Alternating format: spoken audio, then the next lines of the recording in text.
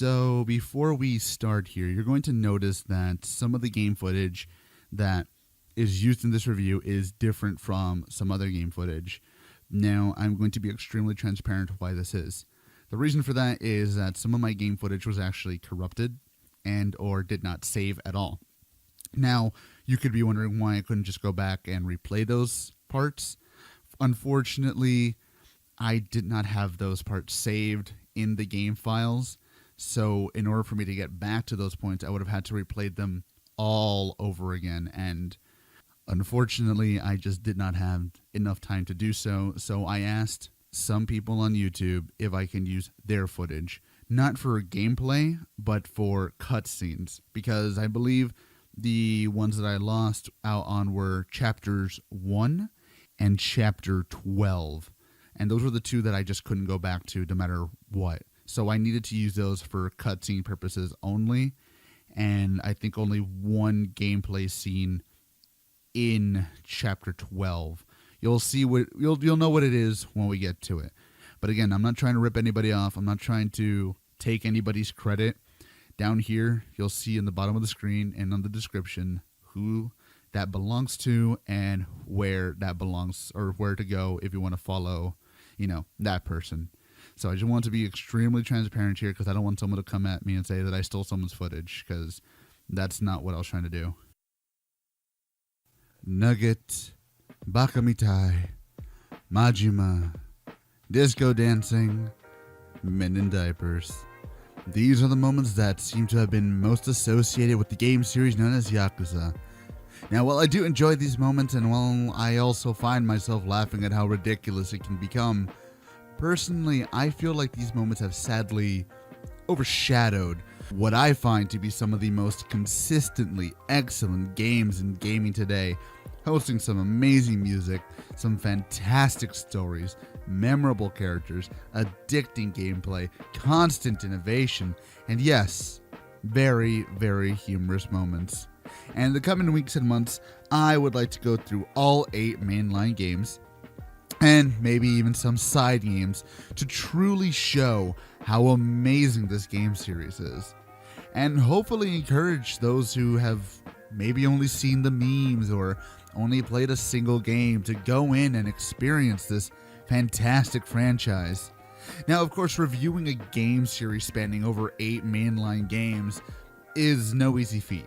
And many have already tried, many have already done it, but I thought, why not throw my hat in the ring to give my own perspective and view each game from a more objective standpoint than what I viewed these games originally when I played them, which wasn't very long ago, funny enough.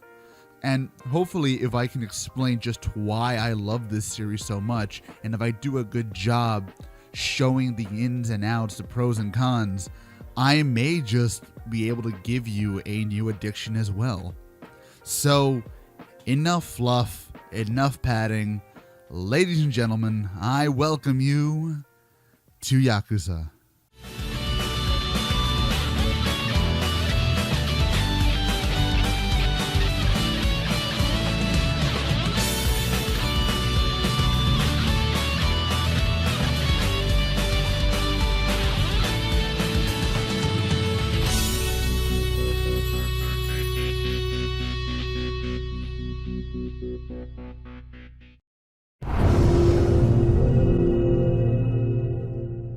So before we begin with the review proper, I should state that yes, just as the thumbnail says, this is the original version of Yakuza 1 released in 2005, not Kiwami. Kiwami, while overall it does have many similarities with OG 1, specifically in the story department, I feel could use its own video explaining the changes, explaining the pros and cons of said changes, and many other things that it changes basically outside of just revamping 1. So that will come at a later date. Basically, I'll be doing it in production order, so expect that right about when I do 0, maybe before, maybe after. Okay, is that fine? Alright, let's keep going then. Our story begins on October 1st, 1995. We see a man on the ground shot in the head. Police come in and arrest a black-haired man in a gray suit, and that man, we find, is Kiryu Kazuma, a man who doesn't care about your fashion standards because no matter what he does, and no matter what he wears, he still looks better than you do. We then flash back to the day prior where we get a bit more context about the opening scene. As it turns out, Kiryu did not kill this man, who we come to find out is Sohei Dojima, Kiryu's boss. It was this man, Akira Nishikiyama, Kiryu's sworn brother who killed Dojima due to Dojima attempting to assault this woman named Yumi, who is Kiryu's and Nishikiyama's, who we'll just call Nishiki from here on out, love interest. And we later find out that all three of them were also raised in the exact same orphanage, but don't worry too much about her, she won't be very important. Sorta. So, TLDR, bang bang boom, Kiryu is now in prison for murder for 10 whole years, which then, that's where the story picks up in 2005. In that time, a lot has seemingly changed in the hometown of Kamurocho. First off, he was expelled from the Tojo clan, which is the boss of the clan that Kiryu is from. Don't worry if that sounds a little confusing, it makes a lot more sense later on. But it also seems that Yumi has vanished into thin air, and Nishikiyama is a very different person than he used to be. So on top of that, he also has to wrap his head around a completely different city from a decade ago. Everything from telephones to way people communicate, the way people dress, everything is completely different. And along the way, he meets a plucky little girl named Haruka. I really hope you like her, because she is not going away anytime soon. And while all that's happening, it seems a conspiracy is brewing within the Tojo clan over a missing 10 billion yen, which, you guessed it, seemingly vanished into thin air. So, while all that's happening, Haruka gets kidnapped, rescued, kidnapped again, run over by a car. Wait, that doesn't happen yet. Just forget that I said that. Anyways, we not only find out that Yumi is alive and well, but during the decade whilst Kiryu's in prison, she also got kinda busy. Got married to this man named Jingu, and had a kid, who we find out is Haruka. Yep, she is her daughter, and apparently the pendant she gave to Haruka before she just dropped her off at an orphanage, kinda fucked up, holds the key to finding the missing 10 billion yen, which, as it turns out, isn't the Tojo clan's money at all. In fact, it's Jingu's, who we also find out wanted to kill both Haruka and Yumi to further his political gain. Father of the year, I know. So Kiryu has to worry about all of this, on top of protecting Haruka, fending off the Chinese mafia, hoping to quell the rumblings of a Tojo clan civil war, and also probably getting shot. Twice. Don't worry, he'll get used to those. And on top of all of that, he somehow has to try and make Nishiki come back to his senses, which sadly ends up like that. So Kiryu comes out unscathed, somehow. Haruka is protected, somehow. Yumi dies, explosion, and Kiryu revokes his fourth chairman status. Did I forget to mention that, by the way? And everything seems to be at peace. Kiryu is able to walk off into the sunset with Haruka now being his newly adopted niece. The fucking end. And that, my friends, was just the main story. In this condensed summary, I didn't even get into the whole stuff with Majima, Date, Club Shine, Reina, Shimano, Shintaro Kazuma, all of whom not only get established in this game, but stay as pretty much relevant characters, if not mentioned characters, for the rest of the series. Now, admittedly, for as wild as I portrayed the story, it is not as hectic as it may come off. In fact, for the 13 chapters this game is allowed, it paced itself pretty okay. In fact, it even allows for plenty of world-building moments that will eventually come into play later in the series, such as the Omi Alliance, the Tojo clan, even the position of chairman that Kiryu held for less than a few days comes into play in pretty much every single game afterwards. You're going to come to realize as the reviews go on that in some weird way, nothing in Yakuza is done by complete accident. A character can, and usually does, appear in this game that could return even just for a small cameo in way later games. And I'm not talking about just main characters. I'm talking any of these guys can come into play way late into the series. Not to spoil anything so far, but I can tell you right now that a few characters in 1 actually do make a cameo all the way in 7. That is some long-term booking if I have ever heard it. Now, the story proper, as you can probably guess, is a mystery, all surrounding the missing 10 billion yen. As the story unfolds, you get plenty of twists, plenty of turns, plenty of backstabs, plenty of regular stabs, and plenty of revelations that pertain to not only who took the money, but also why they took the money. And if I'm gonna be honest, I find it one of the weaker stories of the franchise. Granted, I am willing to give it some leeway due to the fact that it is the first game of the franchise and it's still technically trying to find its footing, though at the same time I do feel there are plenty of moments in this game where it sort of just feels like they didn't know how to connect one thing to another and left out some details, glossed over other details, and then there's times where, well, let's just call it what it is, it feels like there's padding, such as the fact that did we really have to have that mission with Date's daughter as a main story mission, or do we really need to go through the entire runaround fetch quest for the Shangri-La card membership? I don't know. It's almost too blatant in its purpose of padding in itself at times, and while I don't necessarily mind the missions that much, given the fact that they're pretty short in duration, I would be lying if I said I didn't feel the game slowed down quite a bit and got a tad bit boring in parts during those sections of the game. Though, why it also got a little bit boring, we'll get to when we get to the actual gameplay mechanics. Now, of course, we can't talk about the story without talking about the characters, and one of those characters being our main guy, Kiryu. And I really, really like this guy. Even from word go, there is just something very magnetic about this guy. And granted, to some, he can come off as overly stoic and maybe even flat, though I blame that somewhat on the dub, but we'll get to that. But you do come to find that he isn't some wannabe tough guy putting up a facade to just seem tougher than he really is. In fact, you find that this man is an extremely honorable individual who believes in doing good and helping those who are better than what their exterior leads you to believe. In fact, he has shown many times in this game alone, at least in the main story at least, that he willingly gives up his time to help others.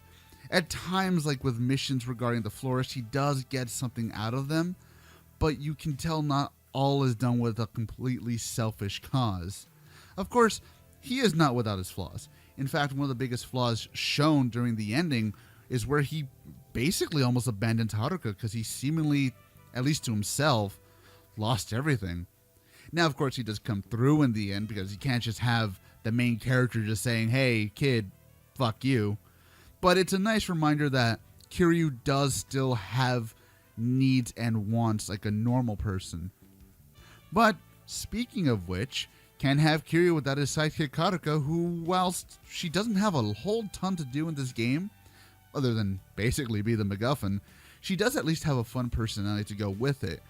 Usually I hate the spunky kid character that's way smarter than some of the adults in any sort of media, but I think she hits that perfect middle ground between being a kid with a lot to learn, but also being smart for her age. There's plenty of moments with her that you feel that she isn't just one note. She isn't just there to annoy the audience. She isn't just there to exposit random BS. She isn't just there to be, again, the MacGuffin.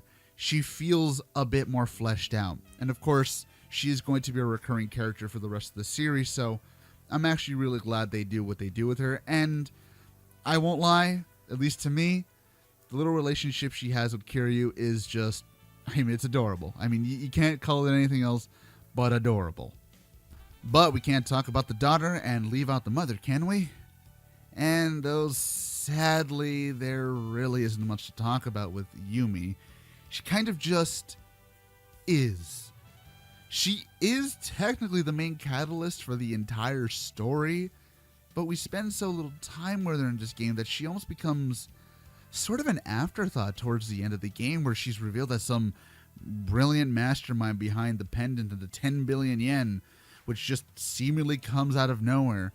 Though granted, she does have help from outside sources such as Cosma towards the end, but it really does feel like, I don't know, she goes from cowering in the bed, almost shot by a henchman of Jingu's, to this, some mastermind, basically. And I don't know, for me, it's just too much of a jump, and it kind of feels like it comes out of nowhere. Sadly, that also goes for our main villain of the game, Nishiki. Though with him, it's not so much a jump in logic, as it's more just a feeling that this game probably should have established his jealousy and animosity towards Kiryu a bit better. Because it does sort of feel like he goes from being this scared, cowardly man who's saved from the brink from someone he considered a brother to some violent psychopath who will just kill anybody and anyone in his way. Though I would be lying if towards the end they do give us some dialogue that kind of hints that there was always this underlying feeling of, you know, jealousy. And even towards the end, there's also this underlying feeling that Nishiki might not fully believe in the cause he's fighting for, and he might not totally be gone to the psychotic side, which does actually play into Kiryu's personality of not wanting to give in on anybody, even though it's quite obvious at points he may just be too far gone. I do, however, think it's not necessarily as negative as it might come off. You know, the idea that this man who Kiryu gave up everything for, only for him to become someone almost unforgivable in nature, is still a fun dynamic. I just feel that, at least in this game itself, there could have been more said. Or maybe a little bit, I don't know, maybe more of a mean streak to Nishiki that we didn't see. Of course, this is something they go into in the remake, and maybe even a little bit in Zero, but we'll get to the problems that those bring to the table when they do, and we'll also get into the pros that those bring to the table when we do. Then we have Jingu. Not really much to say about him. You'll come to find with Yakuza, the series, that you have final bosses and you have main villains, which kind of sounds a bit weird, especially because I just called Nishiki the main villain. Well, technically Nishiki's more the final boss. He's more the guy you're training to fight against at the end, because Jingu really is more of the quote-unquote main villain, because it's his money that everyone's fighting for. It's his doing that all this stuff is happening. It's him that, you know, he's trying to kill Yumi and Haruka and putting Hiryu through all this hell. But in the end, he kind of comes off as nothing more than just a, again, I really hate to say it, but it really comes off more as just a generic, haha, evil bad guy. I am just doing this for the money and to become more powerful. Granted, it's not like you can't do something interesting with that motivation, because technically that's what Nishiki's trying to do as well. It's just it comes off more generic and stereotypical. Again, I can almost give it a little bit of leeway because it is the main game that started it all, and it's a bit dated. But at the same time, there's only so much leeway I can give, and let's be honest, Jingu just isn't very, well, he isn't very interesting. Now, besides the main cast, we do have a plethora of side characters, such as Date, a no-nonsense detective who just wants to what's best for Kamurocho and has a pretty cruddy relationship with his daughter. Though I will say I do like that dynamic, because in a way it almost mirrors what happens with Kiryu and Haruka towards the end of the series, only not as dramatic and not as crazy. Plus, Date's just a fun guy, you know, he has a spirit about him where, yeah, he's old, yeah, he's probably past his prime ×2, but he still wants to give it his all, and I like that about him. And the friendship that he has with Kiryu is also very nice. You know, he likes Kiryu, he can understand that Kiryu's a very honorable guy, and he sees some respect in him, even though technically he is the guy, technically, who took him in. Then we have Shintaro Kazuma, who honestly seemed like he was going to play a much bigger role in this game. But he is the guy who raised Kiryu and Nishiki when they joined up in the Yakuza. He also owned the orphanage where they all lived, apparently. And for some reason in this game, they just revealed that he also killed Kiryu's parents, which is why he went to the orphanage in the first place, because that orphanage is where he sends all the kids who he orphaned because he killed their parents. Admittedly, it's kind of silly how they just thrust that into the ether, basically, with no real build-up, no real tension, no real foreshadowing, no real anything. Granted, it's kind of nice, I guess, but it feels kind of silly, and I feel like that's something they're going to expand upon when we get to the remake. And then we have Majima. He's not the one from Zero. If you're coming in with the expectation of having this guy here, you are sorely mistaken. I kind of like him because this game, again, this is obviously the game that introduced him.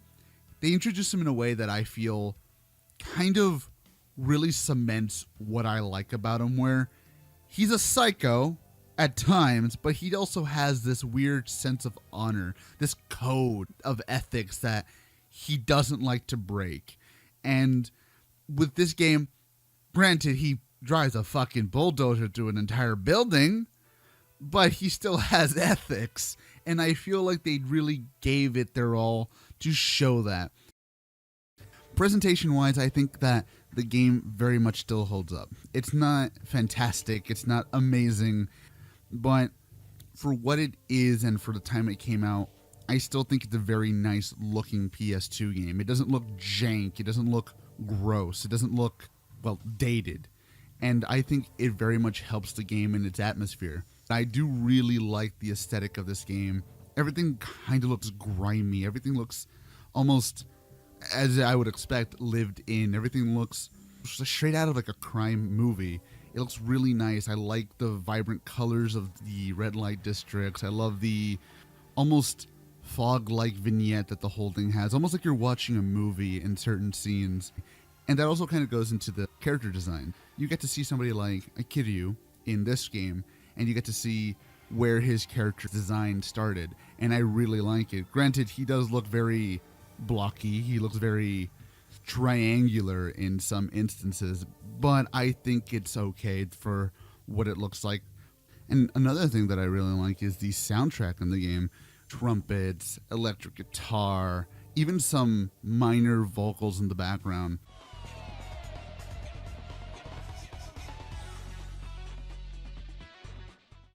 And of course, this extends to the boss themes, which shout out to Nishiki's theme at the very end.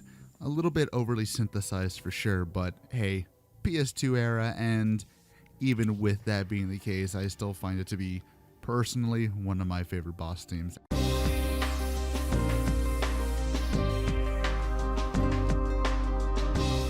And of course, since we're talking about the American version of Yakuza 1, everybody and their mother who has been into this series for a while knows about the dub.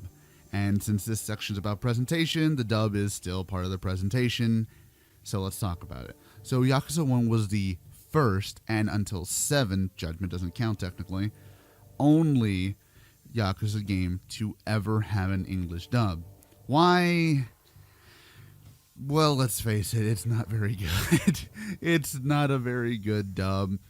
And, you know, God bless them for trying, but the direction that these voice actors were given is just all sorts of off. It really does feel like they had a voicing director that probably didn't really get the material, or the pointers that they got from the studio were maybe just a little lackluster. It really does feel like they didn't know how to translate some of these things and how to translate some of these lines into English without it sounding awkward. You know, some of the examples I'll No, I'll just show him on the screen. All right then, the final showdown. But those are nothing but excuses. In the end, it's always just for you. I found it at last. My money. And the unfortunate fact is that they're not that bad. Like, they're bad, but they're not the level of awful that some people could imagine or some people have given its reputation. There's plenty of points where it's very bad. I'm going to be honest with you. But at the same time, I think for the material that they're given, specifically Kiryu, he does a very okay job. And I'm so glad that they brought him back way later. And of course, over a decade of experience under his belt really does show. And I'm glad because he does a fantastic job. But we'll get to that when we get to 7. And besides him, I think Haruka does an okay job. I think Date, even though they're making him do this ridiculous detective voice, like, hey, see? Hey, Sonny. Unfortunately, I don't think that'll happen. I'll try it out with Saya and see what family life is like. Even then, I think he's all right. Of course, it's many of the side characters and the sub-story characters that are just awful. And as much as I hate to admit it, Majima, played by Mark Hamill, is just the shits. It is the absolute shits. Long time no see, Kazuma-chan. Ah, delightful to see you. It just fills me up with joy. But what does this all mean, really? The story can be great, but I can watch a movie for that. The characters can be fun, but I can go read a book. The voice acting can be bad, but I can just go watch a different anime. This is a game, goddammit. So, what is the gameplay like? Well, let me tell you. So, the game itself is a very simple beat 'em up. You got your punches, you got your kicks, you got a grab. You got your heat actions, which, if you're expecting any of these...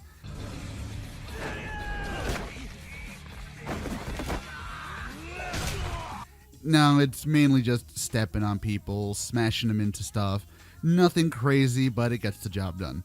And they work mostly. Now here's where it gets kinda jank.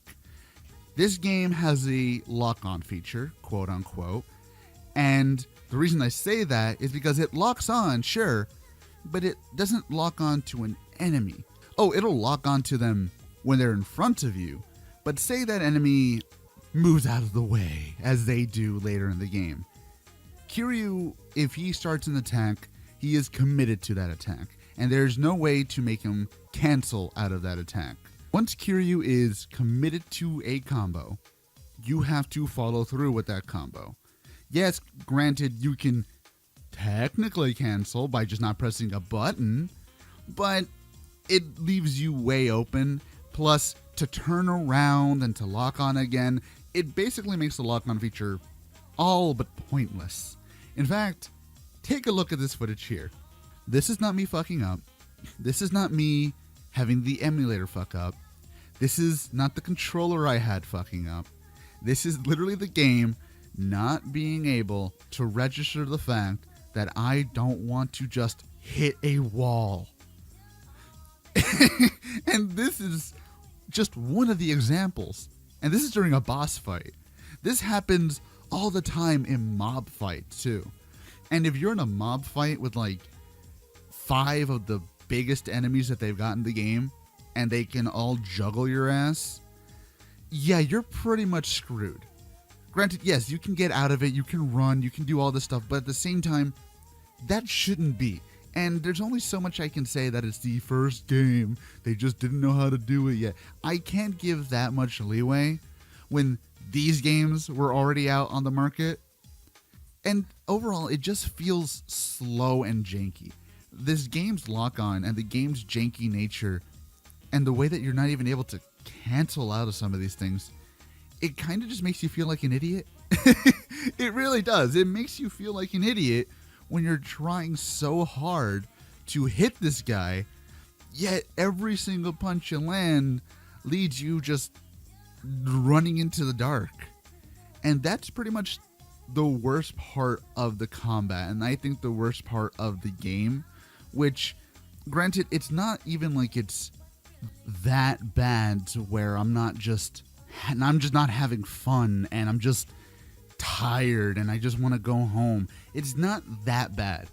It's just the jank of it just happens so often, and the points of locking on just happen so often that you just feel like the game is not being played right, or the game is missing something here and there to make this feel a little bit better. Honestly, I can't wait till we get to the second game to see how they improved on this, because I hear that the second game, the vanilla version of the second game, is way better at this.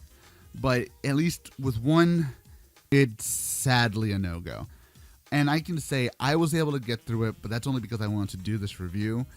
Most people playing this casually, I don't even think they would be able to get to the first boss fight without getting annoyed as hell by the stupid lock-on feature. And again, it doesn't even seem that bad. It just feels wrong. But, of course, if you want to give it a try, I would suggest it. Maybe you'll have a bit more fun than I do, and maybe you'll be able to get a hang of the lock-on, or lack thereof, when you try it yourself. And, well, it couldn't be a PS2 era game without it trying at least something new with the gameplay. And yeah, it has this.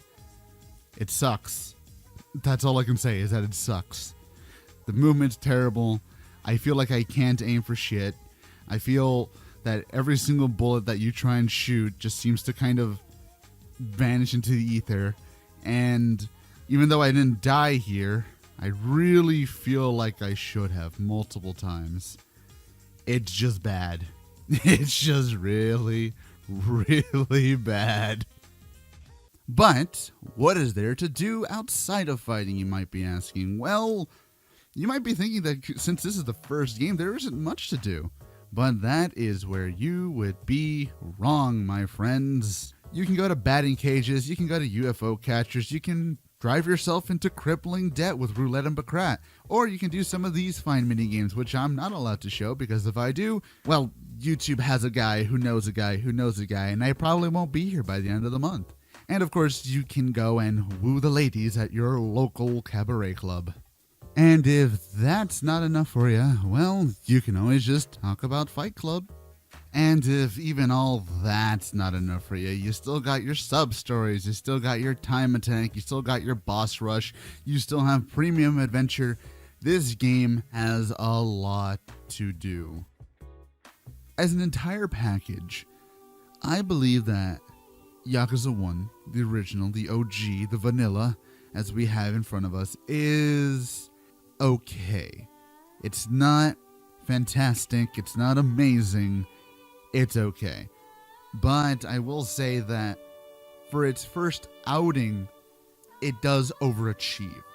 Everything from the mini games to the difference in play styles towards the end of the games, as much as I hate it, to the sub stories, to even the little thing with Haruka's trust that I didn't mention because it doesn't really matter, but even that, a lot of it does feel overachieving, and I feel that because of that, this game really helped put the building blocks on what I believe will become one of the best video game series of all time.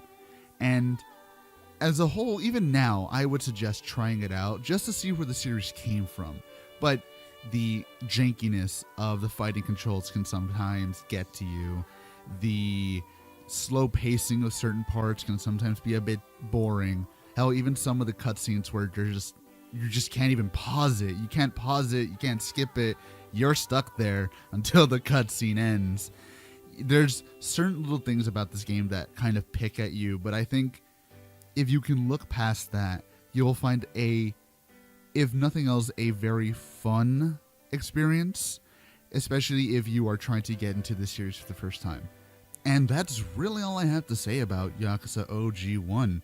Next up is Yakuza 2, and I'm excited to see that one because I've been told by plenty of people that it is one of, if not the best in the series. I don't know for sure just yet because I've never played the OG version, but we'll see about that. As for now, I do very much thank you all for watching, and I hope y'all have a fantastic day. See ya. Oh, hello. This is the end slate. Thanks for watching again. My first YouTube video game review. I'm doing this all unscripted. It's quite new to me. But yeah, so YouTube tells me to do this every once in a while so I can make people watch my other videos. So go ahead. They're all right there. Maybe leave a comment. Tell me what I can improve on, because I know this wasn't my best, but hey, it's my first time trying, so gotta give it a shot, huh? I don't really have much to say here. I mean, just go watch that video, or go watch that video. Go watch any of them. They're all fantastic. I mean, I've got nothing else to say. So, peace.